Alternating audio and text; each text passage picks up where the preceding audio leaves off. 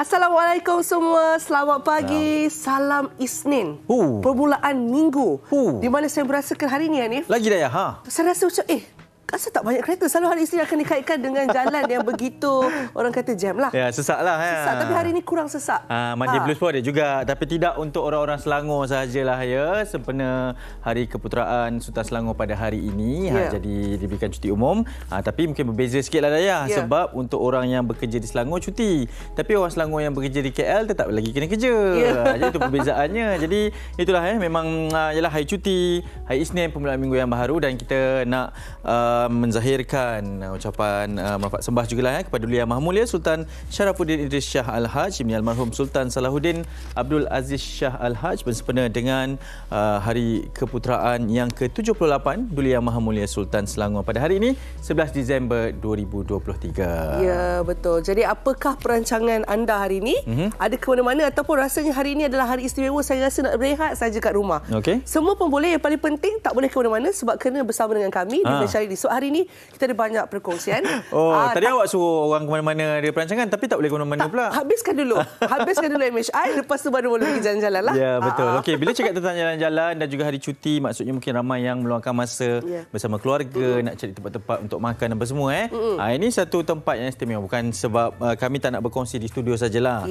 Kita nak menjelajah sampai ke Sekincan sekali lagi pada hari ini, tapi tidak bersama dengan saya. Bukan dengan saya juga? Bukan jugalah sebab kita kat sini. Betul. Jadi siapa pula yang dekat Sekincan tu dah ya? Kita ada Rena Hazrina di sana. Memang dia suka lah ni. Kalau selalunya kalau di sana kata tumpuan pelancong. Dan katanya ada pelbagai menu ringkas. Nasi impit, laksa, air tebu. Tak apa, kita cakap sekarang kita akan terasa nak makan. Apa kata kita sama-sama ke Sekincan bersama dengan Rena Hazrina. Okey, jom silakan.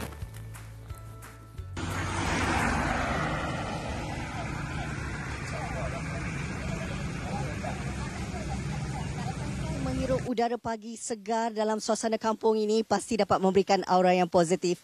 Assalamualaikum, selamat pagi semua penonton MHI, juga rakan-rakan saya Hanif dan juga Dayah. Okey ke tu? Saya berlintas langsung dari Laman Tebu Aidil. Kalau anda lihat di belakang saya ini, panoramanya memang cukup indah, membentuk satu perspektif yang dapat menarik pengunjung-pengunjung datang di Sekincan ini. Ini yang kita nak bawakan, keistimewaan tentang Pekan Sekincan. Bukan sahaja terkenal sebagai produk pelancongan yang cukup dibangga-banggakan penduduknya, tetapi ada banyak lagi yang menarik perhatian pengunjung-pengunjung. Kabarnya tahun lepas saja sudah ada lebih 69,000 pengunjung dalam dan luar negara yang dah pun sampai di Sekincan ini. Anip dengan Dayah dah sampai ke? Okey, kalau nak cerita tentang keindahannya, kita bukan sahaja terpukau dengan kecantikan Laman Tebu Aidil ini. Di sini juga ada galeri padi Sekincan yang mana dapat memberikan ilmu pengetahuan yang sangat berguna. Maklumlah dah nak cuti sekolah kan. Jadi boleh bawa anak-anak belajar bagaimana nak tahu tentang penghasilan beras yang dikatakan beras mutiara ini yang cukup popular di Sekincan. 13 tan metrik yang telah pun dihasilkan saban tahun di daerah Sekincan ini. Selain itu juga kalau datang sini tak sahlah kalau kita tak cerita bab makan kan. Katanya Coconut Farm juga menawarkan pelbagai produk yang sangat-sangat dapat menarik perhatian pengunjung. Dapat merasa nikmat air kelapa di sini tu adalah sesuatu yang sangat dinantikan mereka. Dan kalau sampai sini tak makan nasi goreng melimpah, tak sahlah kunjungan anda di Sekincan ini. Dan kalau anda nak tahu juga, di sini ada terminal Sekincan yang mana pesawat Boeing 727 diletakkan di tengah-tengah sawah padi. Di sebelah sana ni kalau dapat dilihat sawah padi saujana mata memandang. Dan kalau kita lihatlah ini bulan 12 ni memang waktu musim menuai, jadi cantik saja sawahnya. Kalau anda datang waktu sini memang sesuai sangatlah untuk anda bersuah foto. Okey, ini kita nak cerita tentang Laman Tebu Aidil bersama dengan pengusahanya, pasangan suami isteri ini, pemiliknya. Boleh kita masuk ke dalam? Wah, kalau tengok kat depan ni pagi-pagi makanannya dah penuh ya, Hanif dan Dayah. Lapar ke tu? Kejap lagi kita cerita tentang makan. Ini kita nak cerita tentang Laman Tebu Aidil ini sebenarnya. Kita tahu kalau tengok tu cantik saja, tersusun saja. Kan? Kita nak tahu bagaimana bermulanya Laman Tebu Aidil ni. Siapa nak jawab dulu? Yang mana ni? Kita bagi ladies first lah. Okey, Puan Syarizan boleh kongsikan tak bagaimana bermulanya? Okey, bermulanya laman tebu ni ya. Okey, saya asalnya memang asal Sungai Besar. Okey, tercetusnya idea untuk laman tebu Aidil ni kami tanam hanya untuk landscape rumah sahaja. Okey, untuk landscape rumah, dan bermulanya viral benda ni sebab time PKP. Asalnya kami hanya menjual air tebu dengan nasi lemak dan 3 jenis kuih saja. Jadi pengunjung datang untuk beli kami punya air tebu apa semua. Diorang gambar dan dari situlah tercetus jadi viral lah kedai kami apa semualah. Bermula PKP tu yang timbul idea untuk hasilkan suasana orang kata tempat makan yang sesuai untuk pengunjung-pengunjung. Cik Aidil, kalau dari asalnya kita tengok ni memang cukup cantik lah hasil usaha Cik Aidil sendiri kan. Dan bila tengok sekarang ni menunya dah bertambah. Asalnya nasi lemak dengan 3 jenis kuih je. Bila bertambah macam mana kita tengok sepanjang daripada 2020 sehinggalah ke hari ini, tarikan dan juga apa yang ada di sini ni membuatkan pengunjung selalu datang. Bismillahirrahmanirrahim. Terima kasih kepada TV3 juga, kepada pemirsa hari ini. Alhamdulillah ya. Semenjak PKP hari itu sampailah sekarang, pengunjung alhamdulillah semakin hari semakin bertambah. Lepas tu menu-menu pun kami akan tambah juga. Daripada air tebu setengah balang, nasi lemak 10 bungkus. Dengan kuih 3 jenis saja. Sekarang dah ada mi kari, lebih 20 ke 30 jenis kami sediakan. Tapi yang popular kat sini, kepak madu, tongkeng madu dengan air tebu memang fresh lah. Okey, kalau dah sebut tu saya tiba-tiba perut ni berkeroncong. Sekejap lagi kita nak rasa ya.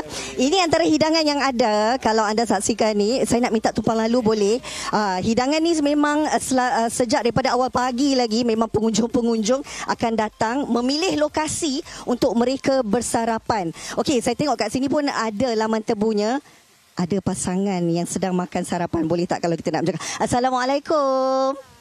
Okey, minta maaf lah mengganggu. Tengah makan apa tu? Makan bihun bakso. Oh, bihun bakso. Maaf ya, nak tanya nama puan siapa? Nama saya Zahra.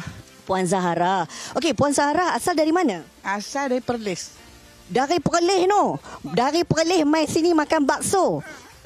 Mana tahu tempat ni? Ni sebab suami orang sini. Dah jadi orang Skincan lah. Okey, boleh tak bagi tahu apa yang menarik sangat perhatian untuk datang bersarapan di laman tebu Aidil ni? Dengan tempatnya yang orang kata nyaman lah kan. Seronok bersantai-santai kan. Lepas tu pula dengan keadaan pokok tebu macam ni kan. Jarang ada kan macam ni. Kalau kita tanam pun kan tebu tu ni berselerak kan. Betul. Tapi ni cantik. Nak OTD ke apa kat sini kan okey kan. Alhamdulillah lah. Makanan dia pun berpatutan. Lepas tu sedap lah. Kena dengan selera lah kan.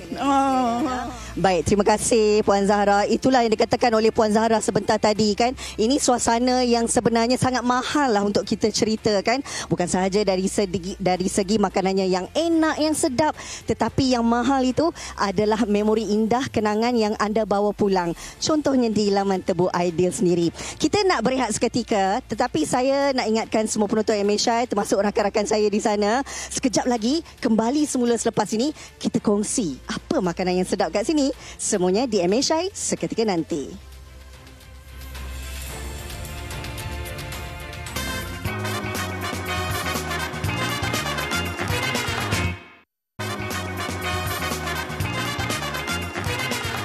Baik, kembali bersama kami di Malaysia hari ini. Kita ada macam-macam perkongsian ya Dayah ya untuk kita bawakan kepada anda. Tapi pada hari ini kita nak mengimbau kembali ataupun mungkin kita nak berkongsi tentang kenangan dan juga kejadian yang berlaku 2 tahun lepas. Kita dikejutkan dengan banjir besar yang berlaku, terutamanya di Hulu Langat dengan macam-macam tragedi yang dikongsikan jugalah pada kita Dayah ya. Jadi sekarang ni kita ada satu bingkisan untuk anda semua.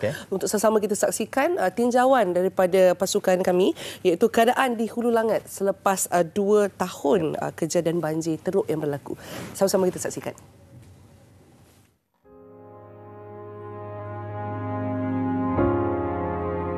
Bencana banjir yang melanda di beberapa buah negeri termasuk Selangor pada bulan Disember 2021 lalu telah memusnahkan banyak harta benda sehingga ada yang meragut nyawa. Banjir besar itu telah mengejutkan banyak pihak kerana antara tragedi negara yang tidak dapat dilupakan. Meskipun hampir 2 tahun sudah berlalu, kebanyakan mangsa masih terkesan dan trauma terutama apabila tibanya monsun atau musim hujan lebat yang berturut-turut. Mengimbau bencana itu, kru MSI membuat tinjauan di kawasan Hulu Langat bagi melihat sendiri keadaan dan suasana terkini di kampung yang kerap berhadapan dengan banjir. Ruhana Mahfuz, 77 tahun atau lebih gemar disapa Nenek Ruhana, antara mangsa yang paling terkesan waktu itu. Jika masih diingat, dahulu rumah nenek inilah yang menarik perhatian orang ramai kerana keunikan seni bina rumah tradisional, tetapi segalanya hilang sekelip mata dek kerana dibawa arus banjir besar. Ni rumah pesaka, nenek pun tak pernah keluar, nenek sebatang kara. Jadi adik-adik pun biasa baliklah hujung minggu, selalu memang balik rumah yang lama ni kan. Jadi cucu-cucu, anak-anak dia semua, anak-anak buah semua memang biasa baliklah. Rumah ni memang tempat berkumpul. Tapi ketika tu, nenek tak bayangkan air tu naik sampai begitu cepat. Tu yang nenek keluar je lah, selamatkan kereta kan bolehlah. Yang lain-lain tu ambil sikit-sikit, nak masuk lagi dah tak boleh. Air dia laju, cepat. Tu yang kata dia bukan air sungai yang naik, air macam air limpahan, tahu, air buangan. Dia macam air dibuang tu lah. Hanya tinggal tangga batu yang menjadi kenangan Nenek Rohana. Dia masih menjaga dengan sepenuh hati kerana itulah satu-satunya kenangan rumah lama yang ada serta lebihan kayu yang dijumpai ditempatkan di belakang rumah. Selepas kejadian itu, Nenek Rohana mula tinggal di kabin bersebelahan rumah asal buat sementara waktu sebelum rumah baharunya siap dibina. Pada Januari 2023, Nenek Rohana mula pindah masuk ke rumah baru yang dibina hasil daripada derma dan sumbangan orang ramai. Rumah ini dibina sedikit tinggi bagi menghalang air daripada masuk ke dalam rumah jika berlaku banjir. Jadi saya difahamkan rumah ini mempunyai 2 bilik tidur dan 2 tandas. Tetapi lebih menarik perhatian saya apabila rumah ini mempunyai sebuah loteng hasil idea daripada adik Nenek Rohana sendiri. Ini bagi Nenek Rohana bersiap siaga apabila berlakunya banjir nanti. Cebisan kayu nibong. Nenek Rohana masih menyimpan cebisan kayu rumah pusakanya bagi memperingati jasa ayah dan ibu yang bersusah payah membina tempat tinggal mereka sekeluarga. Melihat kepada susuk tubuh dan kudrat tuanya, jauh di sudut hati, dia begitu merindui kediaman lama dan kedua-dua orang tuanya.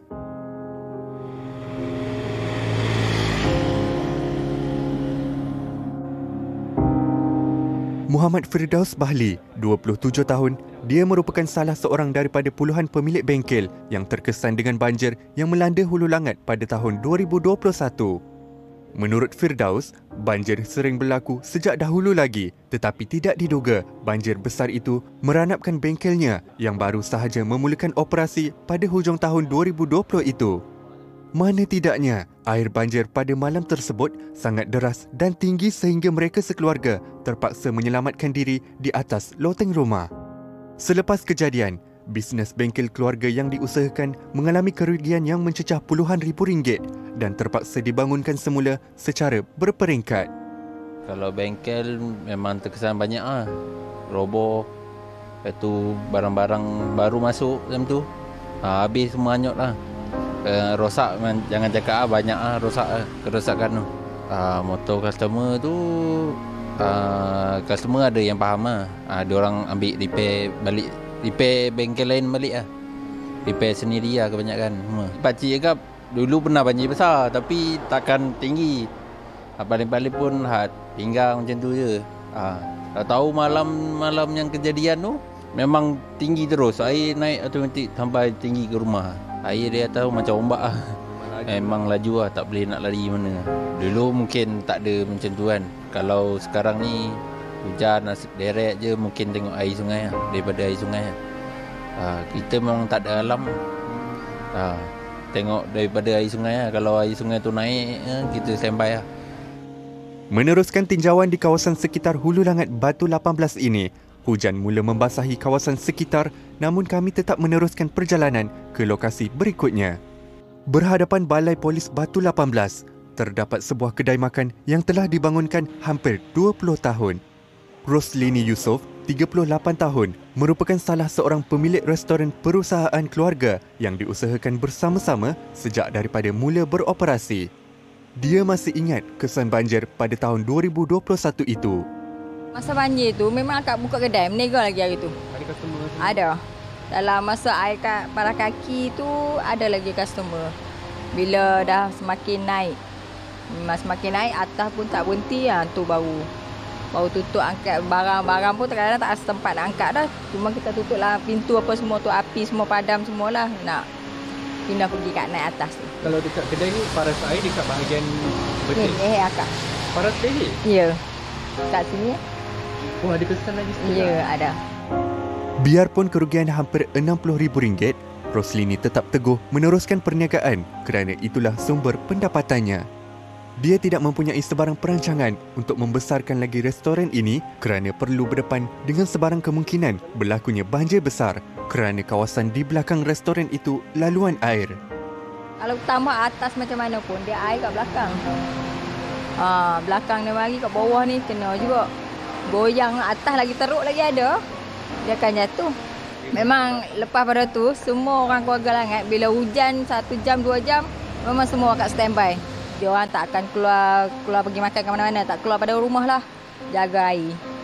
Lepas pada air berhenti, hujan berhenti apa semua tu, baru dia orang keluar mai cari makan. Lepas tu satu lagi dia orang selalu tengok info Langat punya kan, tengok yang atas punya sebab air dah atas. Kalau atas 2 jam dah hujan, maksudnya kami bawah ni kena standby lah. Mendengar dan melihat sendiri kisah mangsa banjir ini, ternyata mereka hanya mampu meneruskan kehidupan walaupun berada dalam kerisauan. Hujan lebat yang berterusan memungkinkan sebarang kejadian yang tidak diingini. Sentiasalah berwaspada dan menjaga keselamatan diri. Itu dia sedikit tinjauan yang kami bawakan kepada anda supaya kita semua mengerti semula apa yang berlaku. Yalah, kalau ikutkan hari ini kan Selangor kita cuti. Dan masa yang sama bila kita tengok kejadian banjir di Hulu Langat tu, saya rasa macam wow, dah 2 tahun dah sebenarnya. Betul. Dah sangat-sangat mengejutkan sebab kita semua memang tak, bila baca berita tu macam bukan sekadar kemusnahan harta benda, tapi juga ada kehilangan nyawa. Dan pada ketika itu juga ramailah yang memerlukan bantuan, Satu Malaysia yang turun, termasuk sekitar kawasan Shah Alam juga pada waktu yang sama. Saya juga antara yang sempat juga turun ke Hulu Langat ni. Keadaannya masya-Allah memang sangat-sangat berbeza daripada apa yang kita pertontonkan tadi. Memang ialah banjir lumpur yang turun, kemusnahan merata-rata, ramai yang minta pertolongan. Dan bila cakap tentang pertolongan yang diberikan ini juga adalah satu perkara dan juga tanggungjawab kita sebagai rakyat Malaysia dalam memberikan bantuan. Sama ada bantuan tersebut atas kapasiti sendiri peribadi ataupun secara berkumpulan lah, bergerak bersama dengan rakan-rakan yang lain dalam membantu. Dan sebab itulah kita nak imbas berkenaan dengan tragedi bah besar di Hulu Langat ini, dan banyak sekali badan-badan bukan kerajaan, pertubuhan kerajaan, NGO yang turun untuk membantu dari awal lagi, terutamanya di Batu 18 Hulu Langat ini. Dan kita nak bercakap berkenaan dengan perkara ini juga. Sebab itulah bersama kita secara penggelam video ni, Daya. Kita ada Encik Abdul Rahman Hamzah, itu sukarelawan merangkap Timbalan Pengerusi Pertubuhan Ummah Prihatin Selangor, yang sekarang kita bertengok di kaca TV anda sekali. Assalamualaikum. Waalaikumsalam warahmatullahi. Masya-Allah, ceria di pagi hari dengan senyumannya, masya-Allah. Baik, Encik Rahman, sebenarnya saya dengan Hanif kami sedang berbincang atau bercerita tentang kejadian banjir di Hulu Langat, dan kami sangat berbesar hatilah untuk bercakap dengan sukarelawan yang terlibat mungkin di waktu itu. Jadi kami nak dapatkan juga perkongsian. Kami lihat di TV sahaja mungkin, tapi untuk orang yang turun padang, mungkin boleh mengimbas kembali kejadian di waktu itu. Alhamdulillah. Terima kasih kepada Hanif dan juga Daya. Ya. Sama-sama. Situasi memang pada masa bulan 12 lah. Betul-betul. Terima kasih kerana program ini mengimbau kembali 2 tahun. Kita bantu mereka di sana. Dan kami sebenarnya NGO Ummah Prihatin, kami terpanggil kerana ada berapa orang kenalan kami yang tinggal di Batu 18 dan di Taman Seri Nanding. Ingat tak masa tu kan banjir? Betul. Tiba-tiba orang duduk atas bumbung. Atas bumbung Surau Al-Munir. Di Taman Seri Nanding tu ada Surau Al-Munir. Dan kita orang KL, kita orang Bangi, kita orang ni tak pernah banjir tau. Tiba-tiba kawan kita kata, aku ni duduk atas bumbung ni tau. Kita tengah sedih tau. Jadi bila itulah kami rasa terpanggil. Dan kami ajak kawan-kawan kami dengan NGO Umah Prihatin dengan kerjasama Yadim pada masa itu. Terima kasih pihak kerajaan NGO tersebut. Jadi kami turun selepas dibenarkan oleh pihak keselamatan lah. Kan masa tu jalan tutup kan Hulu Langit kan tak bagi kita masuk. Bila dah dibuka, alhamdulillah kami dengan kawan-kawan turun bawa penyapu, bawa apa, bersih rumah, tolong. Tapi tolong pun kita setakat tolong je. Sebenarnya orang yang duduk kat rumah tu, kawan-kawan kami dia kata aku, handphone pun nak charge tak boleh, elektrik tak ada. Dan kami sendiri yang terasanya, bila duduk cuci rumah 3 jam, 4 jam, kami nak pergi toilet. Toilet tak ada dah, payah. Kalau aku yang sedih. Toilet tak ada. Kira nak buang air besar, nak kencing pun rasa tak selesa. Jadi baru kita terasa dan di sini alhamdulillah secara mudahnya kita yang hidup aman, kita yang tak kena bencana lagi ni secara mudahnya alhamdulillah. Dan kami pada masa tu tolong satunya cuci rumah dan kami bagi bantuan tilam, ada selimut dan sebagainya dan kami order makanan hantar kepada mereka-mereka yang duk cuci rumah dan kita tengok mereka tu semua tak bercakap lah. Kita pergi, dia tunjuk-tunjuk je, dia nak bercakap pun dia dah sedih yang teramat sangat. Sebab rumah kita tak pernah peti sejuk tak ada. Ni peti sejuk hancur, TV, smart TV yang 32 inci pun rosak. Habis. Dan Allahu Akbar. Memang kesian Hanif dan Dayah. Tapi alhamdulillah kita terima kasih sangat kepada rakyat Malaysia yang sangat prihatin. Dan ini yang sebetulnya dengan apa yang Nabi Muhammad sallallahu alaihi wasallam pesan tahun 630 Masihi dahulu. Dan daripada kelebihan kita orang Islam ni memang kita tolong. Alhamdulillah, ini saya nak ucap lah. Tahniah rakyat Malaysia yang prihatin. Banjir kita tolong dan kalau situasi sekarang ini sahabat-sahabat kita di Gaza, di Palestin yang nak bebaskan negara pun kita tolong lah. Kita puji sangat rakyat Malaysia. Memang bagus. Cik Rahman mungkin inilah sebab kita imbau kenangan 2 tahun lepas ini. Ini satu tragedi dan juga perkara yang menyedihkan jugalah. Pada ketika itu mungkin boleh kongsi keadaan satu rumah yang dibantu pada ketika itu, realitinya yang berlaku sebab orang nampak banjir itu air bertakung kan, tapi selepas itu yang lebih mengenyahkan tu, nak membersihkan tu, macam mana keadaannya tu? Okey, keadaan yang kami first time sampai pada masa tu selut di depan rumah tu memang boleh kata sampai hampir ke lutut lah. Dan masa tu kami sampai rumah tu dia baru bersih di satu ruang rumah je. Kan rumah luas. Satu bilik je dalam bersih sikit. Yang lain tu di dapur, di ruang tamu masih sampai ke betis. Memang kita nak masuk, nak jalan tu payah dan kita kena ambil kita punya cangkul dan sebagainya, tarik tanah tu sebut. Bukannya kita boleh guna water jet. Water jet ni kira last kerja tak akhir dah. Yang paling penting masa tu ambil selut, keluarkan selut dan kumpulkan barang-barang yang dalam rumah tu nak bawa keluar. Barang berat, meja, almari yang berat-berat tu. Ya, baik. Mendengarkan perkongsian Cik Rahman sendiri, kami nak membayangkannya pun rasa macam ya Allah, apalagi untuk mangsa-mangsa yang melaluinya dengan traumanya, dengan sejuk, dengan kehilangan dan sebagainya. Jadi kami juga di Malaysia hari ini mengucapkan terima kasih kepada Cik Rahman dan tentunya kepada semua juga NGO lain yang orang kata bekerjasama dan juga membantu kita punya saudara-saudara yang lain. Terima kasih banyak Cik Rahman. Terima kasih atas perkongsian ini. Assalamualaikum.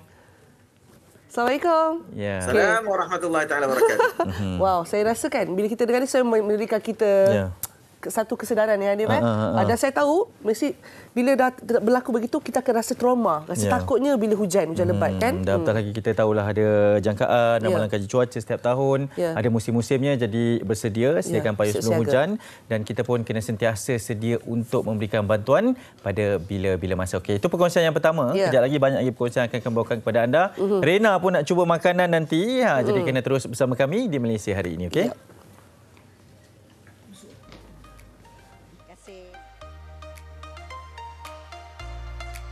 Kalau datang sini memang rambang mata, tak tahu nak pilih makanan yang mana satu di laman Tebu Aidil ini.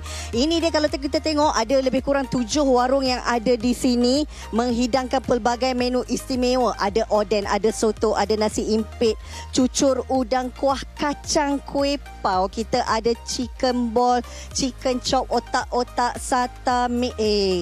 Kalau sebut ni sampai esok pun tak habis. Inilah antara menu yang sentiasa menjadi daya tarik menghiburkan pengunjung-pengunjung bila mereka sampai di Laman Tebu ini. Ini pula stesen jual pisang goreng cepedak goreng.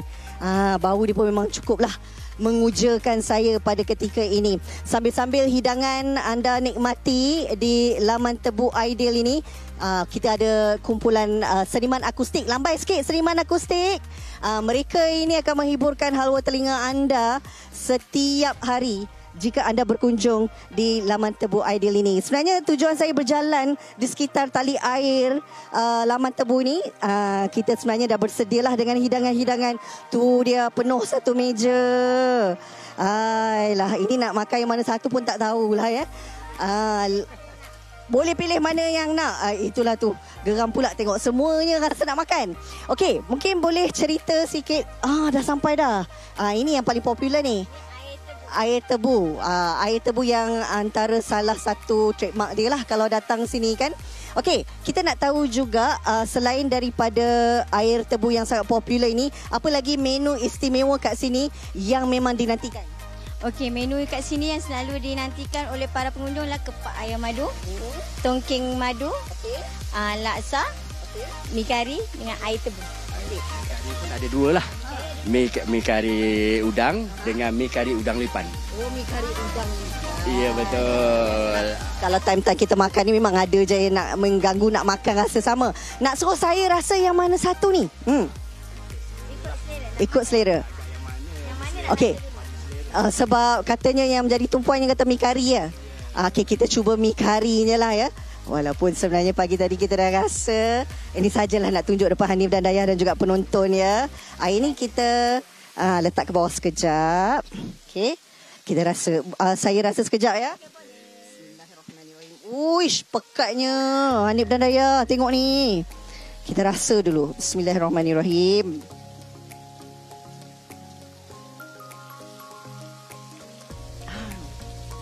Pekat, dekat, memang Ini baru satu hidangan. Ini ada banyak lagi sebenarnya saya nak rasa. Kalau boleh, apa yang rasa menu-menu yang kita nak ni? Sambil-sambil tu kita minum dululah air tebu yang sangat popular ni. Sedap manisnya. Ini manis daripada tebu ni sendiri kan?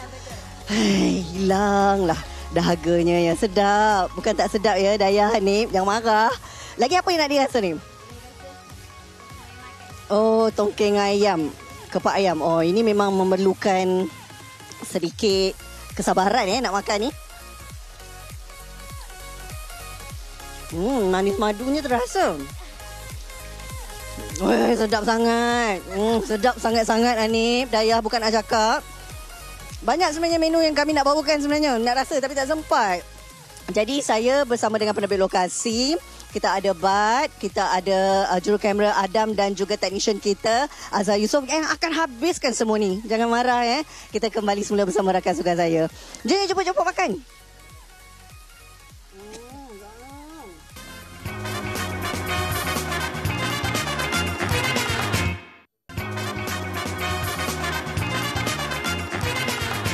Terima kasih kerana terus setia bersama kami di Malaysia hari ini. Saya ada berita baik sebenarnya untuk anda yang terfikir 13 hingga 17 Disember ni nak ke mana? Kita sebenarnya ada Karnival Barangan Malaysia di mana saya bersama dengan yang berbahagia Datuk Razi bin Bahari iaitu Pengarah Kanan Sektor Perdagangan, Pengedaran dan Perniagaan KPDN. Selamat datang Datuk. Terima kasih Dayah jemput kami ke Malaysia hari ini. Ya. Alhamdulillah Datuk. Kiranya saya kata berita baik ni 13 sampai 17 Disember. Jadi kalau yang kita semua sedia maklum, Kementerian Perdagangan Dalam Negeri dan Kos Sara Hidup KPDN ada melaksanakan program ini. Namanya program Karnival Barangan Malaysia 2023 dan sebuah program di bawah inisiatif kempen Beli Barangan Malaysia KBBBM. Jadi boleh Datuk terangkan sedikit maklumat tentang kempen kali ini. Terima kasih Dayah. Ya. Sebagaimana kita semua sedia maklum, Kementerian Perdagangan Dalam Negeri dan Kos Sara Hidup kita dipertanggungjawabkanlah untuk melaksanakan program berkaitan dengan kempen Beli Barangan Malaysia. Jadi bagi tahun ini pelbagai program telah kita laksanakan dan banyak yang telah kita laksanakanlah. Antaranya jualan bertema, jualan jelajah mini, KBBM dan sebagainya.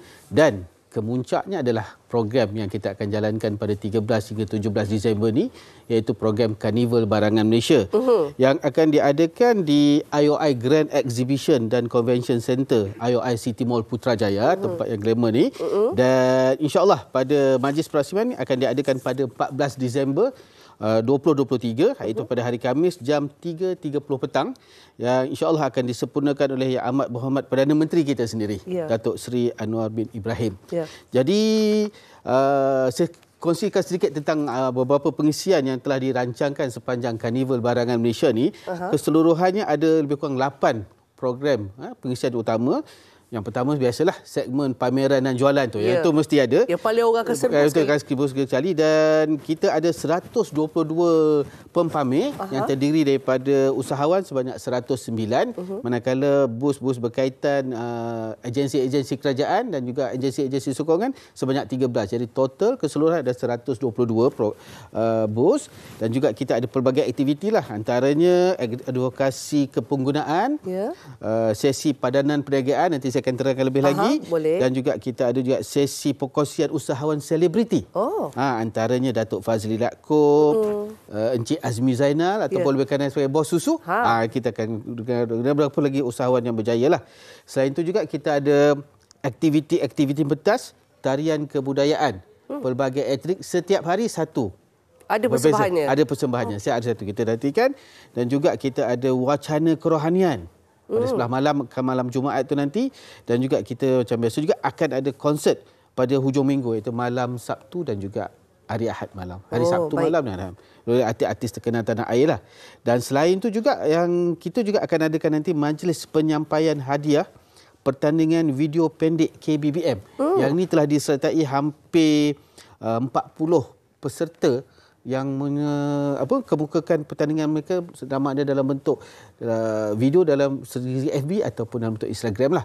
So hadiah juga menarik dan mereka dah sekarang tengah berdebar siapa yang akan menang. Kita ada hadiah pertama RM8,000, hadiah kedua RM5,000, hadiah ketiga RM3,000 dan kita ada hadiah sagu hati sebanyak 5 pemenang, siap RM1,000. Wow, banyak tu ya. Dan kalau saya tengok pengisian tu agak padat lah sebenarnya Datuk. Dan saya difahamkan juga sebenarnya ada sesi cabutan bertuah untuk pengunjung-pengunjung yang hadir ke KBM 2023. Untuk saya yang jarang menang cabutan bertuah ni, cuba Datuk kongsikan kepada kami semua.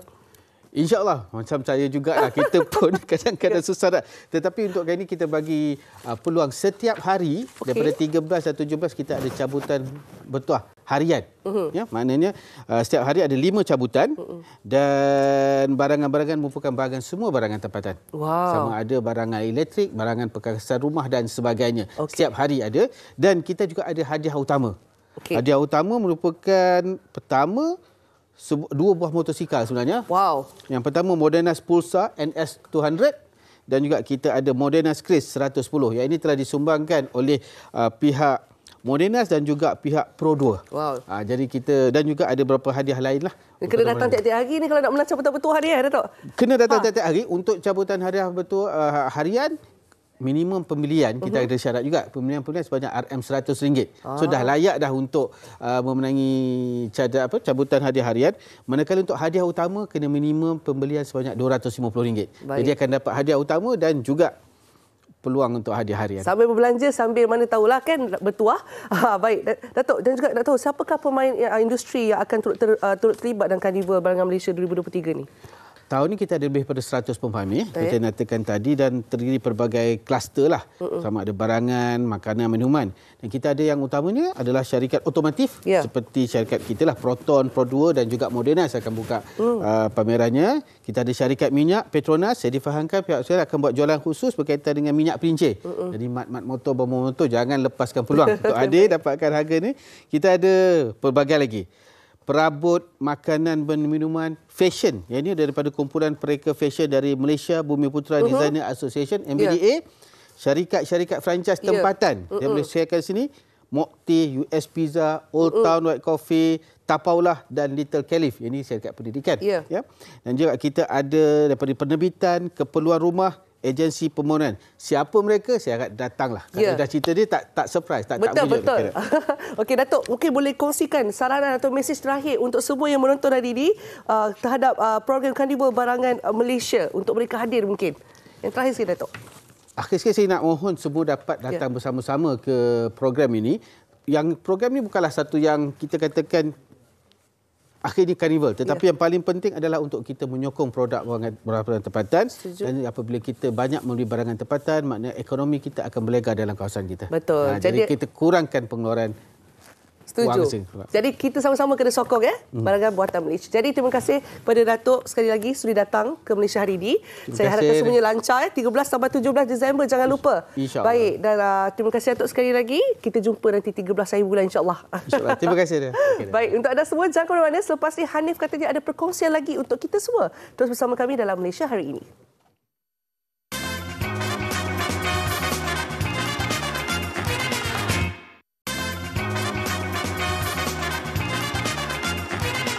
Baik, kembali bersama kami di Malaysia hari ini. Kita ada perkara yang nak dibawakan kepada anda. Ini berkaitan dengan istiadat pemasyuran Chancellor, Pro-Chancellor dan juga Convocation kali ke-21 membabitkan Kolej Universiti Islam Johor Sultan Ibrahim ataupun nama sebutannya QUIC-C ya. Dan kita nak bercakap mengenai perkara ini.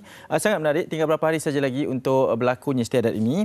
Dan sebab itulah akan bawakan Nun dari Johor datang ke Seri Pentas untuk bersama dengan kita, iaitu Profesor Madya Dr. Husin Salomon. Assalamualaikum. Waalaikumsalam warahmatullahi wabarakatuh. Terima kasih Prof kerana sudi bersama kami. Mungkin yang pertamanya sebagai permulaan, Prof nak kongsikan tentang latar belakang penubuhan QUIC-C ini.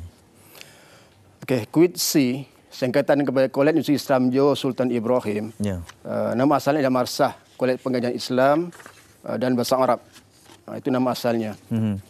Dan pada tahun 1997 dia telah mendapat pengiktirafan daripada Universiti Al-Azhar dan lepas itu kita melaksanakan program yang langsung pelajar tamat di QUIC-C menyambung pengajian ke Universiti Al-Azhar. Itu tahun 1997. Kemudian pada tahun 2006 kami telah berdaftar di bawah KPT untuk beroperasi sebagai sebuah kolej. Kemudian pada Februari tahun 2022 kami telah mendapat iktirafan daripada KPT untuk menjadi sebuah kolej universiti yang berawal sebagai kolej universiti.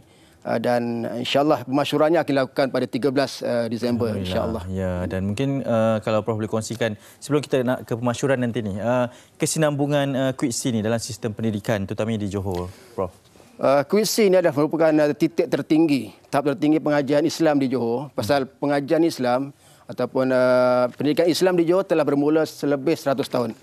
Bermula pada tahun 1902 sejak Sultan Ibrahim waktu itu telah memerintahkan semua anak-anak Johor mesti mengikuti pengajian sekolah agama di Johor.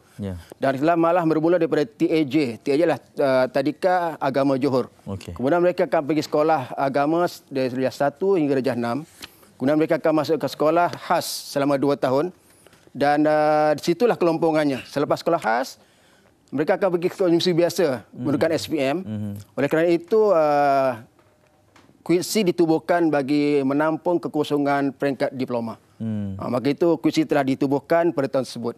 Sebagai titik pengajian tertinggi, pengajian atau pendidikan Islam negeri Johor, dia beroperasi dan mendapat pengiktirafan pada Februari 2022 sebagai kolej universiti yang menawarkan program diploma dan juga menawarkan program insya-Allah selepas kolej naik sebagai kolej universiti, kami akan menawarkan program peringkat sarjana muda mulai tahun ini insya-Allah 2 program dan juga peringkat sarjana dan juga PhD insya-Allah pertengahan tahun hadapan insya-Allah. Ya, insya-Allah akan semakin berkembang tahap pengajiannya dari semasa ke semasa. Okey, Prof kita nak kongsikan berkenaan dengan istiadat pemasyuran Chancellor, Pro-Chancellor dan juga Convocation ini pada 13 Disember. Mungkin boleh kongsikan sikit tentang istiadat ini? 13 Disember inilah merupakan tarikh keramat bagi kami kerana ia merupakan pengiktirafan yang diberikan kepada Kolej Universiti Islam Johor sebagai sebuah kolej universiti yang bergerak sebagai sebuah kolej universiti dan dia menjadi satu keistimewaan kepada kami di Johor kerana dulu Yang Maha Mulia Tuanku sendiri, dulu Yang Maha Mulia Tuanku Sultan Ibrahim Ibn Al-Mahrum Sultan Iskandar sebagai Chancellor yang pertama yang juga akan dimasyhurkan pada tarikh tersebut. Sepanjang 1 hari bermula tengah pagi hingga ke awal petang. Kemudian pameran-pameran akan berlaku sampai petang. Ya.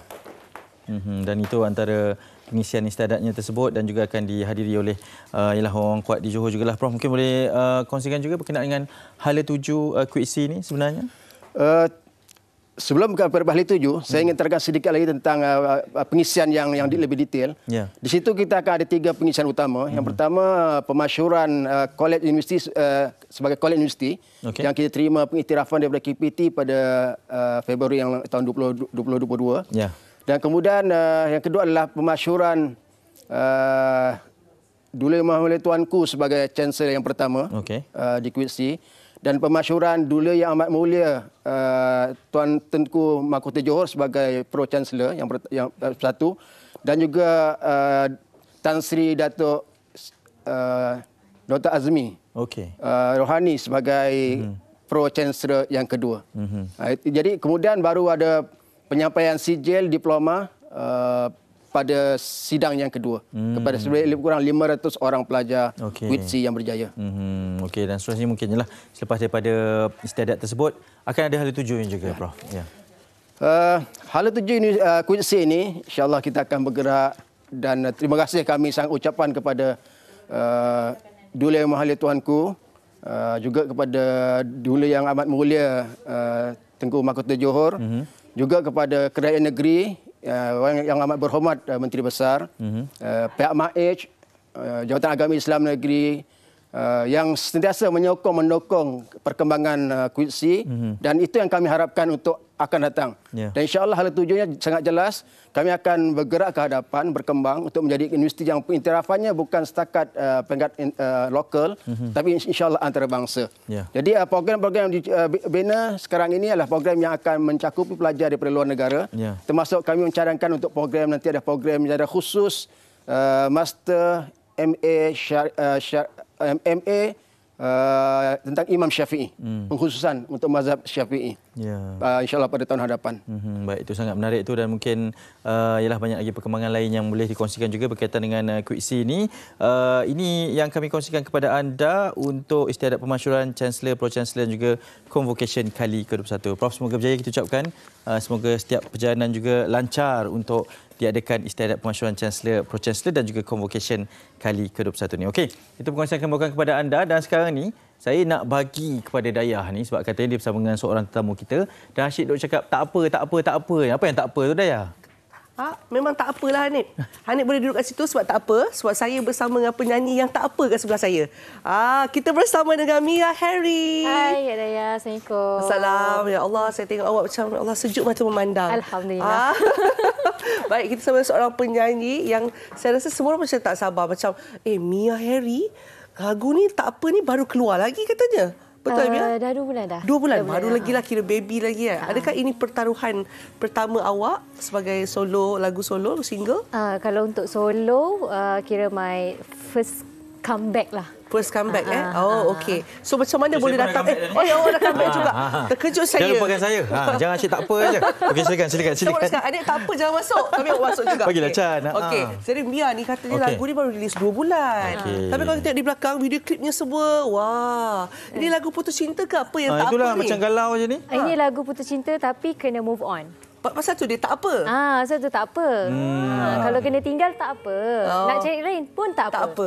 Baguslah dia punya motor ni. Ini positif betul ni, kena tinggal memang semua tak apa saja. Okey, ini memang awak punya genre dengan lagu-lagu ikutkan genre Mia sendirilah, macam lagu-lagu pop ballad, lagu-lagu galau macam tu. Memang kena dengan jiwa Mia. Adakah Mia juga selalu patah hati jadi lagu-lagu begini cocok dengan awak? Okey ke tak okey ni Mia? Mia okey ke? Okey, tapi tak apa. Tapi tak apa. Okey, baik. Jadi kalau diikutkan kan, sekarang kita tengok selalunya lagu-lagu yang boleh top adalah lagu-lagu yang mungkin tular, betul tak, di sosial media, di TikTok. Jadi macam mana pula untuk strategi awak untuk lagu ni terus didengari dan untuk orang lebih mengenali lagu ini? Ikutkan memang kena selalu post on social media. Itulah yang sekarang ni biasa orang buat kan. Dan itu jugalah sekarang yang Mia buat. Termasuklah berada di MHI hari ini. Betul, bersama dengan kita lah. Mainstream jangan lupa, social media pun ia juga. Sebagai pendatang baru Mia dalam dunia hiburan dan juga industri yang mencabar ni, ramai jugalah yang keluarkan single apa semua. Mia rasa apa X factor yang mungkin ialah orang yang baru nak kenal dengan Mia ni perlu tahu yang Mia ni berbeza daripada penyanyi-penyanyi yang lain, Mia?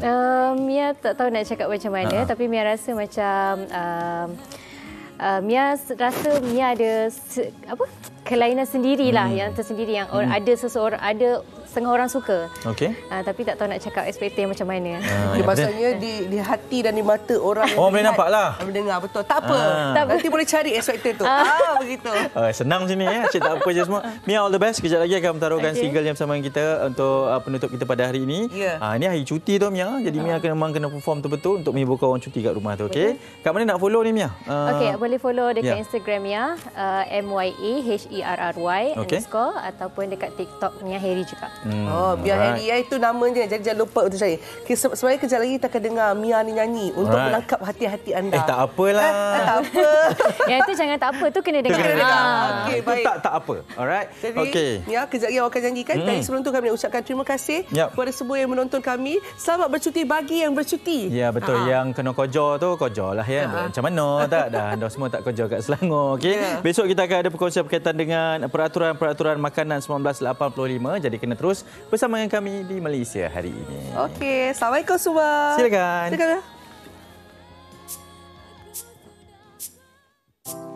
Aku rasa kau berubah